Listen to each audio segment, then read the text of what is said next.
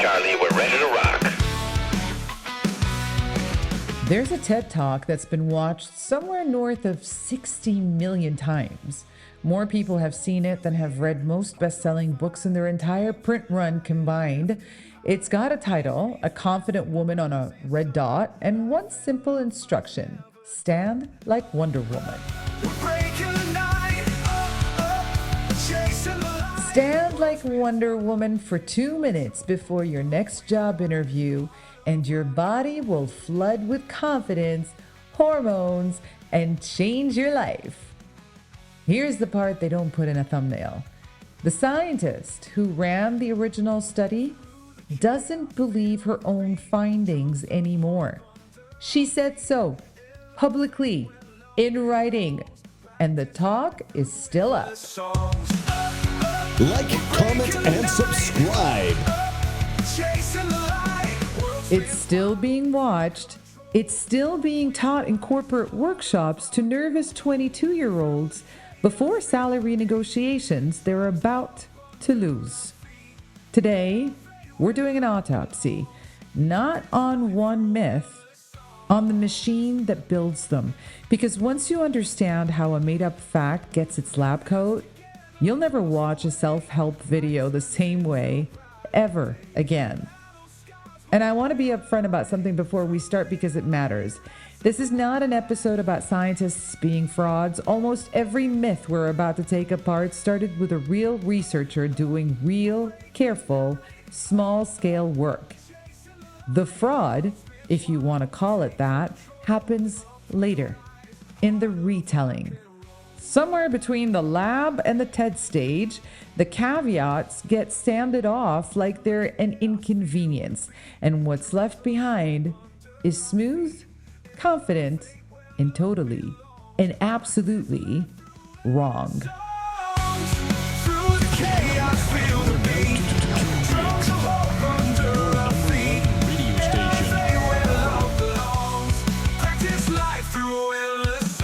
And here's the cool truth before we go any further. Almost none of the psychology facts you carry around in your head came from psychology.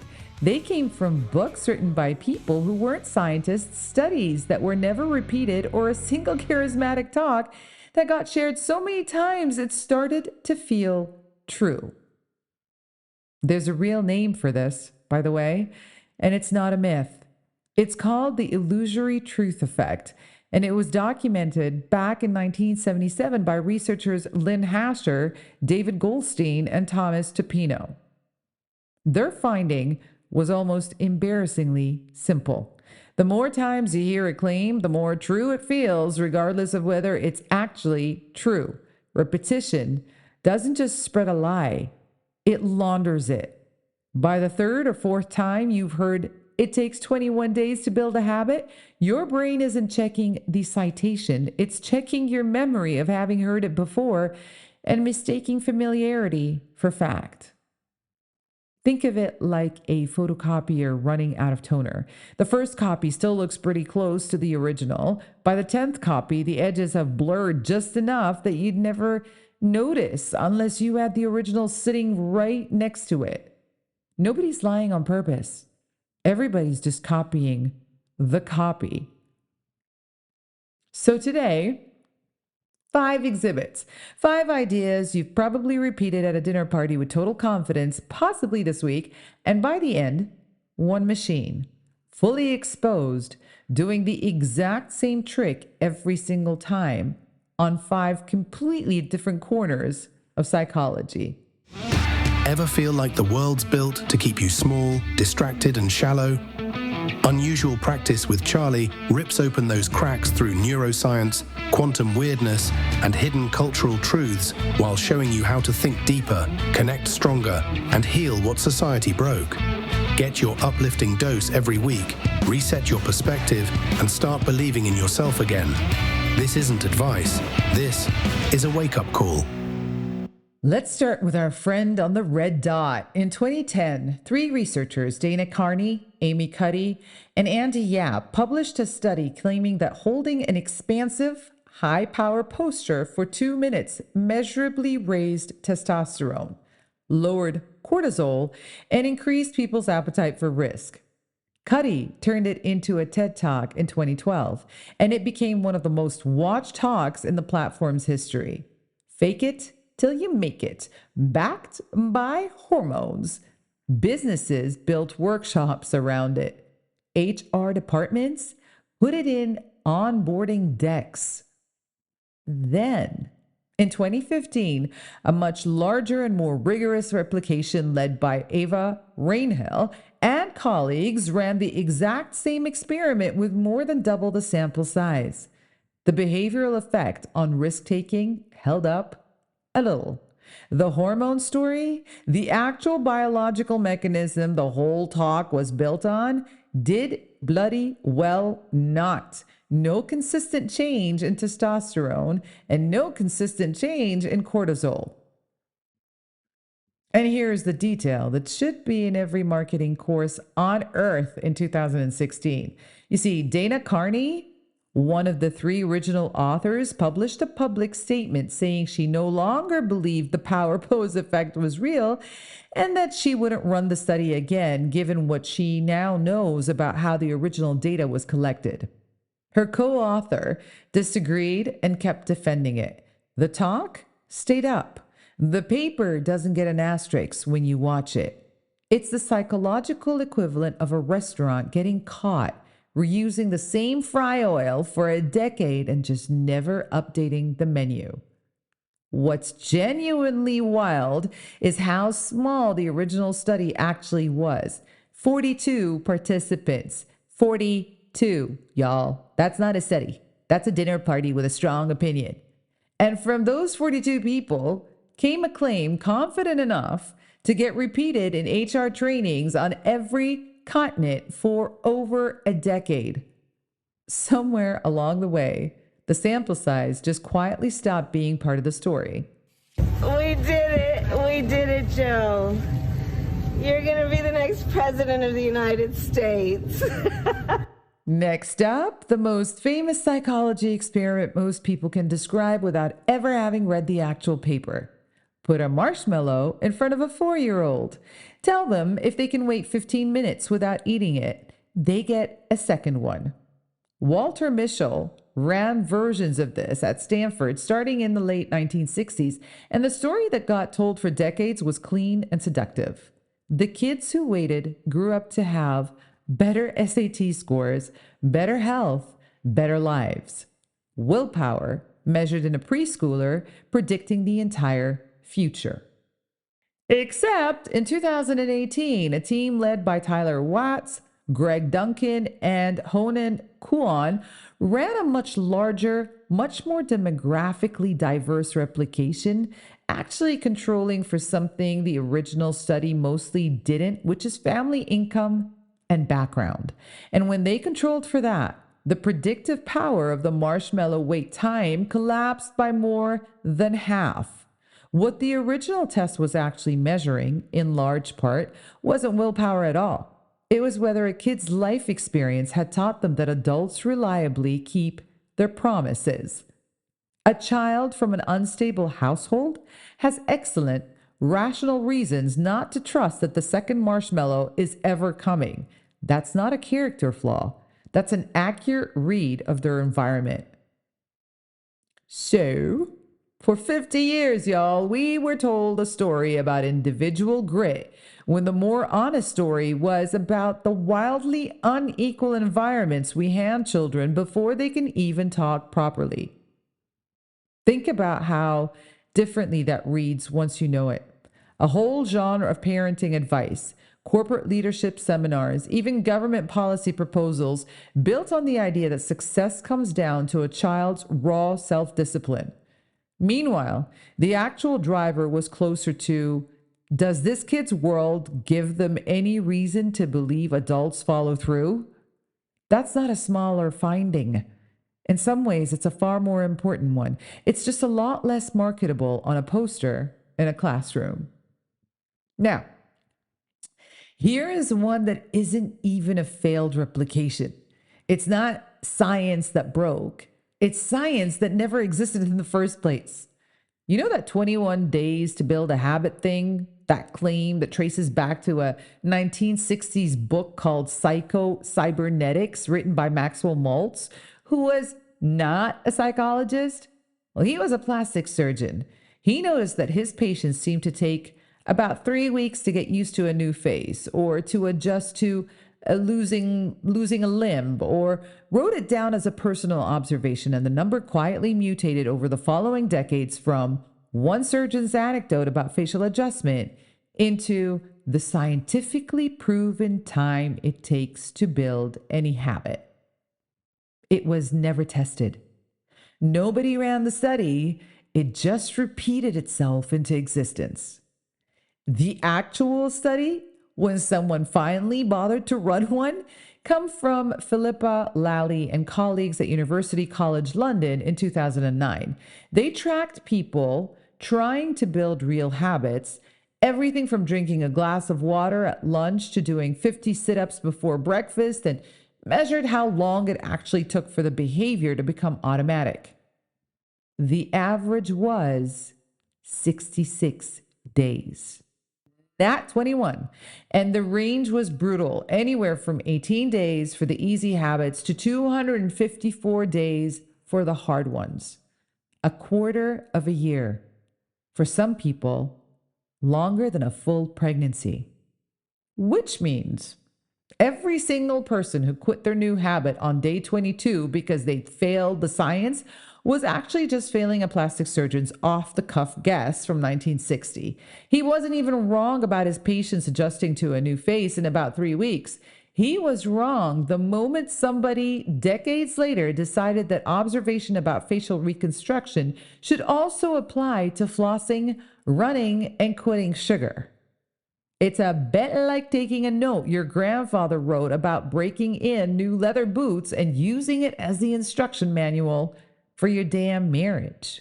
I will destroy you! Now, here's the one you're probably doing right now while listening to this. You think you're good at multitasking.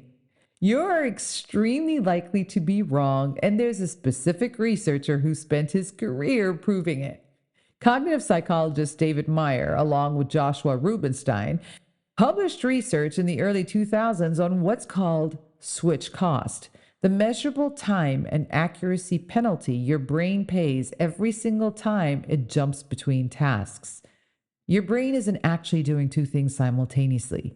It's rapidly toggling, and each toggle has a tax, sometimes costing up to 40% of your productive time on complex tasks.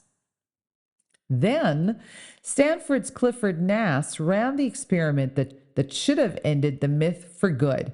He took self-identified heavy media multitaskers, people who proudly juggle 5 browser tabs and 2 conversations, and tested them against light multitaskers on tasks involving filtering out irrelevant information and switching between tasks cleanly.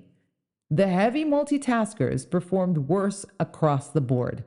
Worse at ignoring distractions, worse at switching, worse at holding information in working memory. The people who were most confident they'd built a superpower had actually just trained themselves to be permanently, subtly worse at focusing on anything.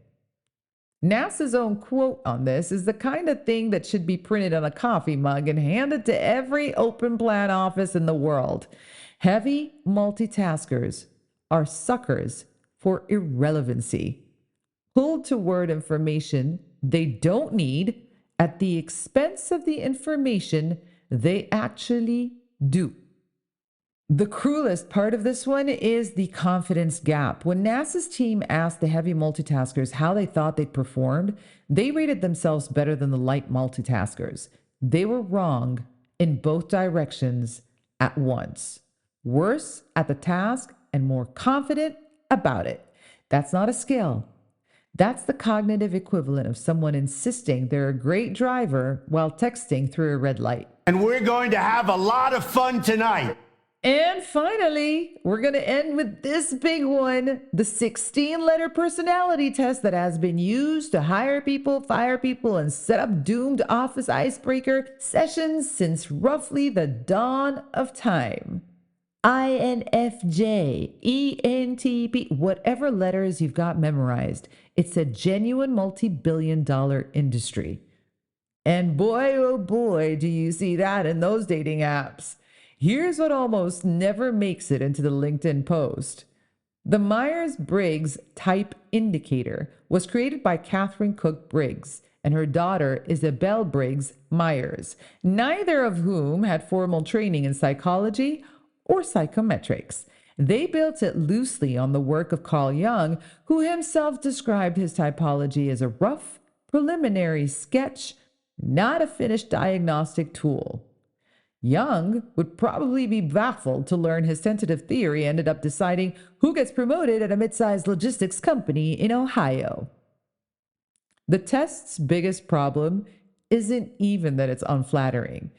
It's that it's unreliable in the most basic scientific sense of the word. Studies on retest reliability, meaning does a person get the same result if they take the exact same test a few weeks later, have found that a huge share of people, one of them, in some studies, close to half, land in a different category the second time around. That's not measuring a stable trait. That's closer to measuring your mood on a Tuesday. Mainstream personality psychology mostly moved on decades ago to a model called the Big Five, sometimes called OCEAN, measuring openness, conscientiousness, extroversion, agreeableness, and neuroticism on a spectrum rather than sorting you into one of 16 boxes. It's less fun at a party. It's also actually replicated. But the 16 letters aren't going anywhere because they solve a problem the Big Five never even tries to solve. Boxes are comforting. A spectrum tells you that you're 40% extroverted and that's genuinely it. No story attached. A 4-letter code tells you that you're a INFJ, which sounds like a secret identity, comes with a nickname like the Advocate, and gives you a starter pack of compatible careers and doomed relationships. One of those is measurement. The other is astrology with a better marketing budget. Fly, son. It's time. So here's the machine laid bare, and it's the same 5 parts every single time. 1, a real researcher does a small, imperfect, genuinely interesting study. 2, someone turns it into a book, a talk, or a slide deck and strips out every uncertainty, every caveat, every further research is needed because nuance doesn't sell tickets. 3, it gets repeated by teachers, by managers, by your well-meaning aunt until the illusory truth effect does its quiet work and repetition starts feeling like proof. 4, actual scientists eventually run the replication nobody wanted to fund the first time, and it either shrinks or disappears. 5, and this is the part that should genuinely annoy you, almost nobody hears about step 4 because the correction will never travel as fast or as far as the original exciting lie. Amy Cuddy is a smarter, more complicated, more thoughtful researcher than a 2-minute pose can capture. The problem was never really her. The problem is that we built an entire content economy that only knows how to reward the confident version of a claim, never the corrected one. I want you to notice something that these 5 exhibits have in common besides the 5-step machine. Every single one of them offered a shortcut to something genuinely hard. Confidence without doing the terrifying work of actually becoming competent. Willpower reduced to a snack test instead of decades of inequality. Habit change promised in 3 tidy weeks instead of the messy, unglamorous 2 months it usually takes. Productivity multiplied by simply refusing to choose. And identity handed to you in 4 letters instead of built slowly, awkwardly, over an entire adult life. That's not coincidence. Shortcuts sell. Nuance does not. And the machine we've been describing isn't really in the business of lying to you. It's in the business of selling you the easy version of something true. All right, so here's the actual tool, and it's simpler than it sounds. Before you repeat a psychology fact at your next dinner party, ask 3 questions. Who ran the original study, and what did they actually measure? Has anyone tried to replicate it, and did it hold up? And who benefits from you believing this exact version of the story? Like, comment, and subscribe. That's it. That's the whole inoculation. You don't need a psychology degree. You need to be slightly harder to impress. It sounds like a small ask, but it's genuinely a different way of moving through the world. Most people are trained from childhood to treat confidence as a proxy for truth. Someone says a fact firmly with a straight face and good posture on a well-lit stage, and the firmness itself does most of the persuading. Smash the like button.